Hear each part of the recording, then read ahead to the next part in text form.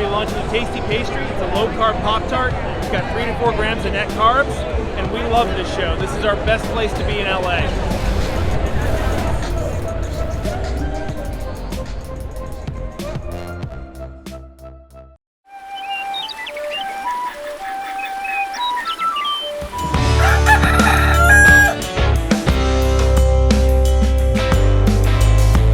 Welcome back to Legendary Foods Muscle in the Morning. I'm Dave Palumbo, and today is Tuesday, December 27th, 2022. And let's find out what's going on in the world of bodybuilding and fitness. During a segment on last week's show, we talked about Ramy stating his intention to come back and compete for an Olympia title again next year, while also acknowledging the fact that some people believed that he would never be able to reach that championship peak again. And then this happened. He released this video late last week that showed him running through some of the mandatory poses a little more than a week prior to the Olympia. And the Ramy we saw in that video looks a lot like an Olympia champion.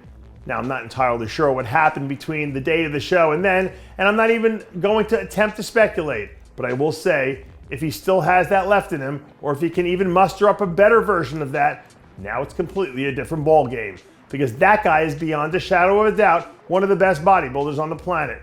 So if he can find a way to make it to Orlando next year, now we're talking about one of the best bodybuilders of his era coming back with a vengeance to reclaim his title. Well, I don't know what hotel and airfare rates look like for Columbus, Ohio right now, but if you're planning to head out to the Arnold, you might want to get on that soon, because Samson Dauda just threw his hat into the ring. Last week we touched on some of the speculation about Samson deciding to jump into the Arnold, given the fact that it's only 10 weeks away. And it looks like there was a little bit of truth to those rumors, because he's confirmed that he is planning to take his first shot at winning an Arnold Classic title in March. And based on some of the early names that are being thrown out from this year's competitors list, you'd imagine that Samson will be pegged as one of the early favorites, especially given how much momentum he has behind him at this point following that 6th place finish at the Mr. Olympia.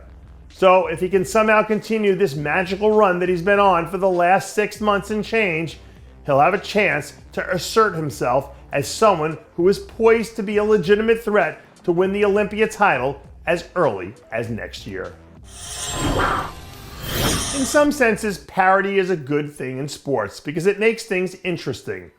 The normal twists and turns of the regular season become more intriguing because you're always trying to put those things into context to figure out what they mean, or trying to rearrange those same pieces to figure out what the puzzle actually looks like when things suddenly get shaken up.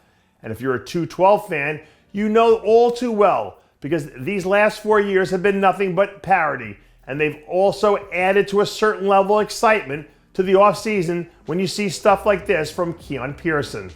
According to Keon, the plan for Prodigy version 3.0 is already in the works, which feels like it's his way of telling everyone to sit back and watch him work, because what he does over the next few months are going to be something special. The division might be under new management right now, but that's been the case for the last 4 years in a row. So if he takes care of business during the off-season, there's no reason to believe that he can't be in line for a major promotion next year. 9 times out of 10, I think we learn more from the failures in the losses than we do from the wins in life. Eventually, after the sting wears off, we're able to look back at those moments as character-building moments that help us become who we should and really are. And based on everything we know about blessing Awodibu, he's going to use what happened during Olympia weekend as motivation to fuel his off-season, just like he has so many times in the past. And truth be told, this is a position that isn't all too unfamiliar to him, because this is exactly where he was last year, heading into 2022. And instead of letting that roller coaster of a rookie season get to his head, he doubled down, got to work, and came back this year and proved everyone wrong. So even if all he does is follow that same blueprint, the odds are he ends up finding a way to turn that roadblock into a stepping stone that's going to elevate him to bigger and better things next season. And that does it for yet another edition of Muscle in the Morning.